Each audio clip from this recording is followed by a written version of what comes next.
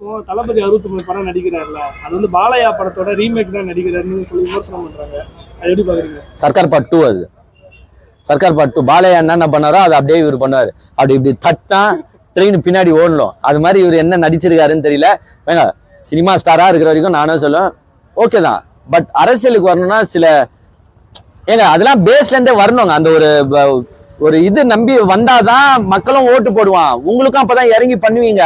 எவ்வளவோ பிரச்சனை போயிட்டு இருக்கு. எதுக்குமே குரல் கொடுக்காம எனக்கு ஓட்டு ஒண்டி போட்டுருங்க, 26ல நான் சிஎம் ஆகணும்னா எப்படிங்க அது?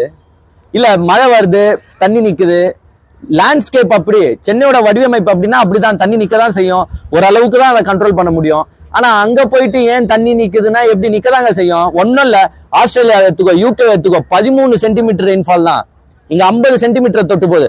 13 சென்டிமீட்டருக்கு மூழ்கின்னு இருக்கு. நம்ம ஆஸ்திரேலியா யூகே எல்லாம் ஓன்னு பாக்குறேன் முக்கின்னு இருக்கு. எனக்கே வீடியோஸ் அனுப்புறாங்க, தம்பி 50 சென்டிமீட்டர்